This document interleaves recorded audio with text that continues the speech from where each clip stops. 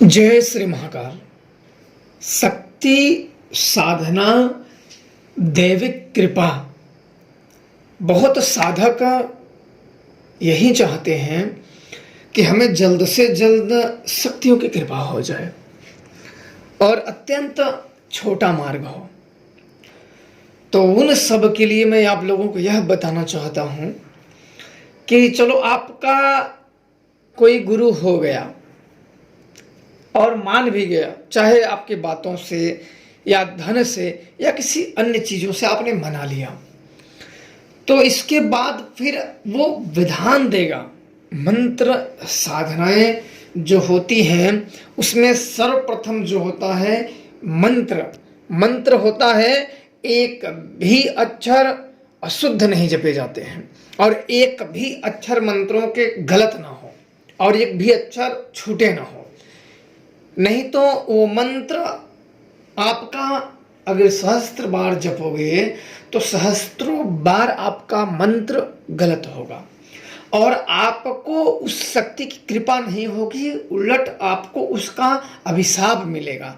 मंत्र के हर एक अक्षर में अनेकों महाशक्तियां छुपी होती हैं और एक भी अक्षर की अनुपस्थिति मंत्र को अशुद्ध ही नहीं अनर्थकारी भी बना देता है। अब दूसरी चीज आती है कि मंत्र के जो नियम है, मंत्र साधना के नियम है, वो उसकी मैं एक अलग में आपको मंत्र साधना के ही जानकारियां आप लोगों को बता दूंगा, सिर्फ साधना संबंधित के बारे में कि क्या क्या उसमें सावधानियां बरतनी पड़ती हैं। इसके बाद आता है आपका स्थान। हर एक साधना का स्थान का बड़ा महत्व होता है। कोई साधना होती है कि घर में नहीं की जाती है, उनका स्थान होता है किसी पहाड़ होता है या उजाड़ स्थान होता है या कहीं सुनसान एरिया में, और कुछ साधनाओं में शमशान होता है। शमशानी साधना अत्यंत कठिन साधनाएं होती हैं। अधिकांश लोग जाते तो हैं साधना करने के लिए, पर अब कलयुग भी वहाँ भी अपना प्रभाव डाल दिया है। अधिकांश लोग बस यही घूम घाम या अन्य चीज़ों के लिए जाते हैं और नए लोगों को भी बिठा देते हैं। आप लोगों को मैं बता दूं कि नए लोगों को तुरंत बैठना, पाठ पूजा अगर ना आती हो तो तुरंत शमशानों में बैठा नहीं जाता है। उसके बहुत नियम होते हैं और ये शक्तियाँ अगर आप वहाँ गए और आपको स्वयं ही नहीं पता है तो आपके साथ भूत प्रेत अन्य शक्तियां पीछे लग गई तो आपके पीछे पीछे आपके घर तक आ जाएंगे। इसलिए जिनके परिवार हैं, जिनके बच्चे हैं या जिनके सगे संबंधी हैं जो परिवार में रहते हैं, उनके लिए शमशानी साधनाएं जानकार लोग, ज्ञानी लोग, अघोरी लोग सीधा करते हैं कि इनको शमशानी साधनाएं या शमशान में जाना ही नहीं चाहिए। शमशान में जाना ही नहीं चाहिए क्योंकि वहाँ अनेकों शक्तियों का आवागमन, ये मैं नहीं कहता वहाँ शक्तियाँ बैठी रहती हैं, वहाँ शक्तियों का आवागमन बना रहता है। और साधक सदैव शमशान अगर एक बार गया तो बार बार इच्छा करेगा, चाहे किसी के लालचों में, चाहे शक्तियों के लालच में या किसी अन्य लालचों में अगर गया तो उसने अगर 10 बार गया, अगर 9 बार उसका कुछ नहीं हुआ तो 10वें बार में अगर एक भूल करेगा तो सब कुछ नाश कर देगा। इसीलिए शमशान ऐसी चीज़ होती है कि बड़ा फूक के, मेरे हिसाब से तो गृहस्थ लोगों को जाना ही नहीं चाहिए। और ऐसे कई लोगों का यह कहते हैं कि हमें शमशान में साधना करने जाना है, हमारे गुरुदेव की आज्ञा है। तो देखो, ऐसा पहले खुद ही जान लो कि तुम्हारे गुरुदेव को भी सिद्धियां हैं या नहीं, तभी जाइए। मेरा ये ही मकसद है कि बेवजह मुसीबत के कहावत नहीं कि उड़ता तीर उड़ के अपने पिछवाड़ में नहीं लेना चाहिए। एक होते हैं ना, बड़ी अम्मा नहीं बनना चाहिए कि बहुत हम ये कर लेंगे, क्योंकि मुसीबत हर बार नहीं आती है। कहावत ना, आप जब गाड़ी चलाते हो तो एक्सीडेंट आपको रोज नहीं होता है, कभी हो जाता है ना, तो परमात्मा के ही दर्शन हो जाते हैं। तो इसलिए तंत्र में बहुत सोच समझ के आगे बढ़ा जाता है और तंत्र में उस शक्ति के प्रति, उस देवता के प्रति निश्चल भाव होना चाहिए। बिल्कुल उस समर्पित हो कि जैसे हम उसके बिना एक पल चैन नहीं, ऐसा नहीं कि ओम हनुमंताय नमः, हनुमंताय नमः। 11 दिन आपने जप लिया, फिर बोले अरे मेरा तो काम हुआ नहीं, मुझे तो जॉब चाहिए था, मेरा शत्रु था या मेरा ये था। तो ये आप अगर भावना लेके चलेंगे तो आप आंख बंद भी करेंगे फिर भी आपका उस कामनाओं पे ध्यान चला जाएगा।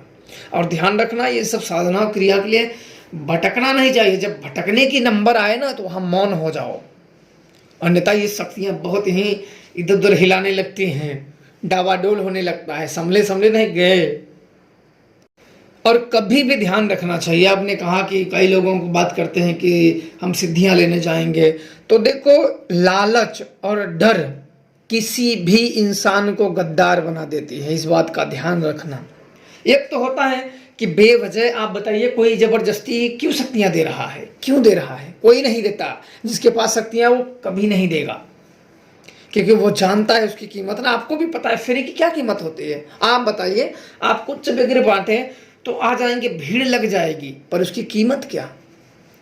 आप तो शक्तियों को बदनाम कर रहे हो ना, उसकी कीमत कहां कर रहे हो?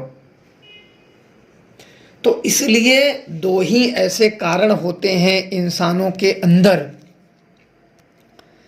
कि वह व्यक्ति गद्दार बन जाता है। पहला लालच, विशेष ध्यान रखना बातों को, लालच और डर, ये दो चीज ऐसे होते हैं कि किसी भी इंसान को गद्दार बना देते हैं। इसलिए ये सब सोच समझ लेना। और कोई भी व्यक्ति बोल रहा है कि मैं शक्तियां दे रहा हूं, शक्तियां दे रहा हूं, शक्तियां दे रहा हूं, फ्री में दे रहा हूं, ये दे रहा हूं, वो बात, मेरी एक बात कान खोल के आप लोग सुन लो कि जिंदगी में एक बात हमेशा याद रखना, जहां संघर्ष नहीं होता वहां सफलता नहीं होती। संघर्ष ही नहीं करोगे तो मिलेगा क्या? ये सब प्रोपोगेंडा फैला रहे हैं, आप अधिक से अधिक भटक जाओगे। संघर्ष करोगे तभी कुछ मिलेगा, और उस पर ब्रह्म, उस शक्ति को खोजने चले हो, उसमें तो और संघर्ष चाहिए। स्वयं ही इन बातों पर विचार करने ना, फिर अपना करना।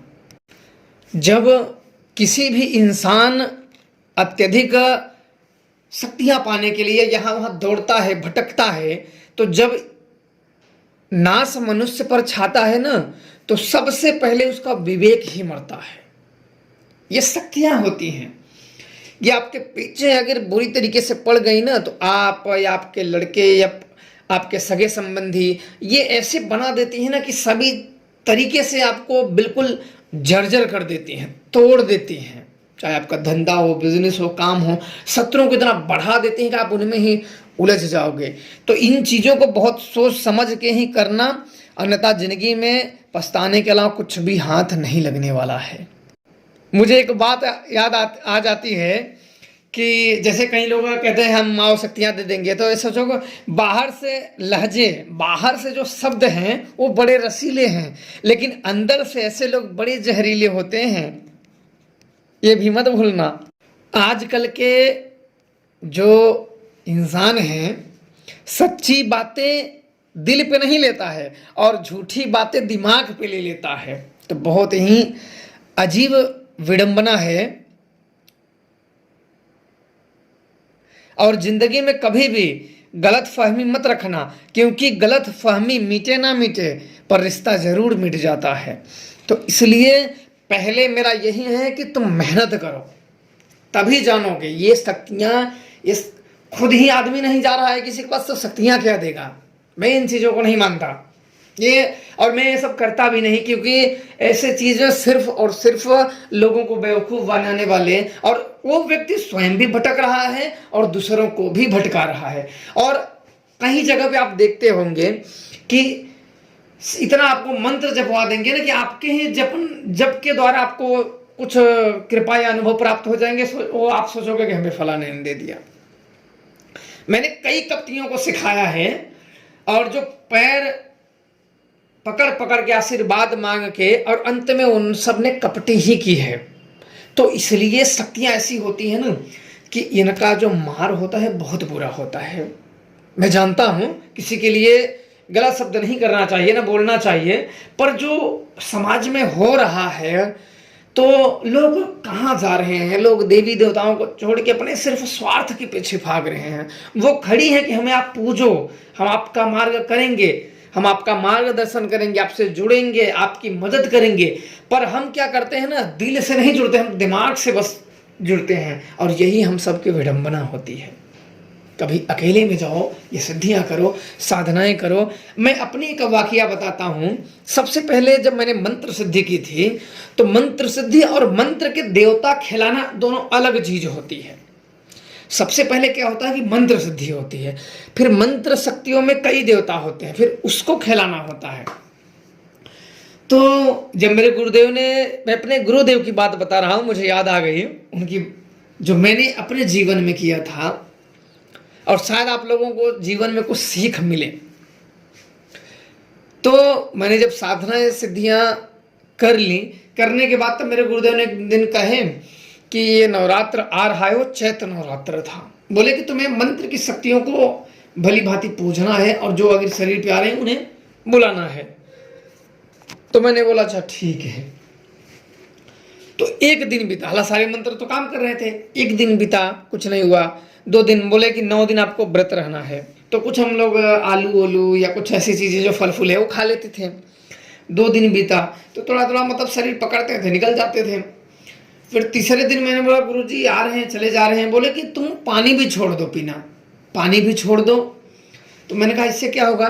बोले कि शरीर और ज्यादा कष्ट होगी, शरीर को और ज्यादा जलाओ, तब उस शक्तियों को दया आएगी तो वो और आएंगी। अब मैंने गुरु आज्ञा मान के मैंने पानी भी पीना छोड़ दिया। अब यकीन मानिए वो चीज मैं अब शब्दों से नहीं कह सकता हूं, क्योंकि वो शरीर के अनुभव है, अब शब्द नहीं बांध सकते उन चीजों को। इतनी शरीर में पानी की वजह से इतनी वेदना, गर्मी के मौसम में इतने प्यास लगती थी कि अपनी वो इच्छा ही नहीं बता सकता कि कोई मुझे अगर बड़े तालाब में फेंक दे, ऐसी अंदर से इच्छा होती थी कि कोई अगर तालाब में रख दे तो मैं तालाब का पानी पी जाऊं। यदि हमें भी पता है कि बस 1 लोटा पिएंगे, पर इतनी जो अपनी तास थी अंदर की, मतलब बर्दाश्त से बाहर था, लेकिन फिर भी एक जगह रुका रहता था। रातों को फिर शक्तियां आती थी तो शक्तियां शरीर के ऊपर आग रख देते थे। हालांकि शरीर जलता नहीं था, वो एक अलग विषय है, शरीर जलता नहीं था। तो फिर धीरे धीरे 9 दिन बीते, बिल्कुल जैसे आंखों से कम दिखाई लगने लगा, बिल्कुल भूख से, प्यास से बिल्कुल दम बेचैनी अंदर से महसूस होने लगी, और बिल्कुल एकदम हालत जैसे खराब हो गई। सिर में मतलब चक्कर आने लगे, और कहीं भी मतलब देखो तो सिर मतलब दर्द करने लगता था, बिल्कुल हालत खराब हो गई थी। पर मैं वो चीज जानता हूँ, शक्तियों ने वचन दिया था कि जहां तुम्हारा एक बूंद, क्योंकि जो गुरु होते हैं अलग अपने अपने तरीके के वचन होते हैं, जहां तुम्हारा एक बूंद पसीना गिरेगा वहां खून गिरेगा, और जो तुम्हारी ओर आंख उठाएगा उसकी आंखें निकाल लेंगे। जल में, थल में, तुम कहीं भी रहो तुम्हारी मदद करेंगे। तुम आग में कूदोगे तो हम आग में आएंगे बचाने। तो इस शक्तियों का वचन बहुत होता है। इसीलिए मैं कहता हूं ना कि ऐसी शक्तियां, प्रचंड शक्तियों को कोई रोक नहीं पाता, बांध नहीं पाता। कई पाखंडी लोग कहते हैं ना हमने रोक देंगे, हम ये कर देंगे, वो कर, बस वो ख्याली में पता नहीं कौन से लोग में जीते रहते हैं। ऐसे लोग ये कर देंगे, वो कर देंगे, ये कर देंगे। देखो शक्तियों पे, अगर मैंने पहले भी कहा था, अगर आपका उस शक्ति के प्रति, उस ईश्वर के प्रति अटूट विश्वास है, अटूट श्रद्धा है, ये तंत्र मंत्र की शक्तियां एक बाल भी बांका नहीं कर सकती हैं। पर वे अंदर के विश्वास अटूट होने चाहिए, गुरु पे अटूट श्रद्धा होनी चाहिए। कपट भाव से तो सिर्फ समस्याएं ही उत्पन्न होती हैं और छल उत्पन्न होता है। और जिसके अंदर कपट है, जिसके अंदर छल है, वो यही दुर्दशाओं में जीवन जिएगा। बस उसे लगता है, जैसे होता है ना कि मेरे गुरुदेव कहें कि कपटी व्यक्ति ऐसा होता है, उस इंसान की भांति होता है कि एक दूर से वो चमकती, वो कपटी व्यक्ति प्यासा होता है। कपटी व्यक्ति को लालच होती है, हमें ये शक्ति मिल जाए, वो शक्ति मिल जाए, या वो मिल जाए, ये मिल जाए, वो लालची होता है। पर वो लालची, मेरे गुरुदेव बताए, वही समान होता है कि दूर जो रेत दिखती है वो बिल्कुल पानी की तरह दिखती है, और जब नजदीक जाता है तो वहां रेत रहती है जो पानी की तरह दूर से चमक रही थी। वो प्यासा हो जाता है। जो श्रम, चिंतन, ध्यान, ज्ञान, गुरु सेवा, इष्ट सेवा, ये लंबा मार्ग छोड़ के जो पगडंडियां अपनाएगा, जैसे सिद्धि ट्रांसफर हुआ, शक्ति लेना हुआ, फ्री के चक्करों में पड़ेगा, वो जिंदगी में प्यासा ही रह जाएगा और दुखी ही रह जाएगा। और दौड़ के देख लो, कोई भी व्यक्ति अगर आपको दे रहा है ऐसे, क्यों दे रहा है? किसी को कि आप एक सिद्धि करो, आपको कई आपने जो व्यक्ति साधना में आता कितना दिन मेहनत करता है, 1 महीना 2 महीना साल 2 साल, तभी वो भगवान पे भक्ति करता है, तब तंत्र मंत्र की तरफ जाता है, या कहीं से किताब से जानकारी एकत्रित करता है, या गुरुओं के मुंह से या नेट से कहीं न कहीं से जानकारी एकत्रित करता है, फिर वो किसी के पास जाता है। तो सोचो इतने दिन जानकारी आकर के फिर भी उसका कुछ नहीं है, तो कोई फ्री में क्यों बांट रहा है? कुछ तो बात है। या तो उसको अपनी संख्या बनानी है, या तो उसे कोई पूछ नहीं रहा है, 2 ही चीज होती है।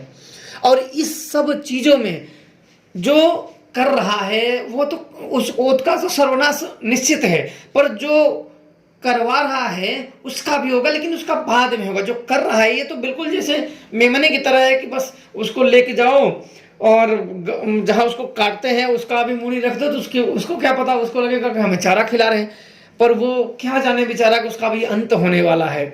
ऐसे लोग अन्य अन्य जगह पे बिल्कुल साधनाएं करने बिल्कुल ना चाहिए। मैंने कई बार कहे हैं कि जीवन सर्वोपरि होता है। मैंने अपने जीवन में कई लोगों का इन चक्करों में ना, कई पाखंडियों के चक्कर में जीवन बर्बाद होते देखा हुआ है। उनका घर उजड़ गया है, और इतना उजड़ गया जब मेरे पास उनकी खबर आई तो समय बीत चुका था। बचाने और जो रोकने का समय होता है वो बीत जाता है। अब इतने बिल्कुल मिर्च मसाला लगा के बता ये कर देंगे वो कर देंगे ना, कि व्यक्ति ना बिल्कुल जैसे अंधे ना, जो मरे बुद्धि के होते हैं, कम बुद्धियों के होते हैं, वो इनमें फिसल जाते हैं। इसलिए अपने ही घर रह के ऐसी पूजाएं करें जिसमें ज़्यादा लफड़े ना हो, अन्यथा कहीं भाग दौड़ भरी जिंदगियों को नहीं जिए। यहाँ वहाँ जाएंगे, कोई भूत प्रेत पीछे लग गया तो तुम अपने पीछे अपने कुल को भी, अपने परिवार वालों को भी समस्या में डाल दोगे। ये आप समझ लेना। मैंने स्वयं देखा हुआ है। मैं तो बराबर आते रहते भूत प्रेत का करते रहते हैं, तो मैंने तो देखा हुआ है लोगों के साथ क्या क्या होना। कहीं कहीं चला जाते हैं, कहीं कहीं से वो 20 जगह लड़ते हैं, इन यहाँ गए फिर वहाँ गए, कहीं ये महाराज जी के पास गए, कहीं वो महाराज जी के पास गए। वो बिल्कुल यहाँ वहाँ जैसे एक लाश को बहा दो मझधार में, कभी यहाँ लग जाए, कभी वहां लग जाए, कभी इधर लग जाए, कभी उसका कोई ठिकाना ही नहीं है। तो ऐसे ना बनो, एक शक्ति और एक गुरु बनाओ और उसी के चरण पकड़ लो। जो गुरु तुम्हें गाली बोल दे कि तुम गाली यही जपो, तो तुम गाली यही जपो गुरु आज्ञा मान के कि हे प्रभु यही मेरे गुरुदेव की आज्ञा है। फिर आप उसको जपते रहो, उसी से भय भवसागर पार हो जाओगे। मेरे गुरुदेव कहते थे कि किसी भी देवताओं का रौटा बरन, अपने भाषा में रौटा बरन का मतलब होता है उनका चिंतन करो, उनका ध्यान करो, तभी वो आपका ध्यान करेंगे। ऐसा नहीं कि जरूरत पड़ गया हाँ मेरा ये काम कर दो, तो ऐसा नहीं। उनका ध्यान करो, उनका चिंतन करो, तब आप अगर कुछ श्राप भी किसी को दे दोगे ना, जा तेरा सर्वनाश होगा, तो फिर उसे कोई टाल नहीं सकता है। सर्वनाश होगा तो होगा, उसको अंजाम वो शक्तियां देती हैं। इसलिए उनका जप करो, अत्यधिक से अत्यधिक जप करो, उनकी पूजाएं करो, उनकी साधना करो, उनकी आराधना करो और उनकी कृपा। और कभी भी किसी को दुख तो दो ही मत, किसी को बैर भाव मत रखो, किसी के साथ गलत विचार मत रखो। जो दिल से मिले मिल लो, नहीं तो तुम अकेले। एक कहावत है कि गुण मिले तो गुरु बनाओ, चित्त मिले तो चेला, वरना रहो अकेला। अगर गुण मिल रहा है आपस में, जैसे दोनों के गुण मिल रहे हो तो गुरु बना लो, और चित्त आपस में जैसे बुद्धि मिल रही है तो चेला बना लो। जैसे तुम्हारी बुद्धि और उसकी बुद्धि आपस में मिल रही है तो चेला बना लो, और नहीं तो वरना रहो अकेला। क्यों किसी के ऊपर बेवजह बोझ लादना, कोई मतलब ही नहीं। किसी के ऊपर जबरदस्ती थोपना, उसको फिर जबरदस्ती उसको, जैसे होता है ना, कोई व्यक्ति उतना ही वजन ले जा सकता है जिसकी कैपेसिटी है, उसके 4 गुना लाद दोगे तो वहीं दब के उसी के बोझ तले दब के मर जाएगा। इसीलिए साधना भी ऐसी चीज होती है कि जो पूजा पाठ भक्त बन रहा है उसे बोल दो 6 घंटे जपो, तो बेचारा तो क्या जपेगा, वो तो अपने दर्दों से ही परेशान रहेगा। तो इसलिए इन चीज़ों को ध्यान रखें और उसी प्रकार से साधनाएं करें ताकि आप किसी को दोष ना दें। खुश रहें, प्रसन्न रहें। जय श्री महाकाल।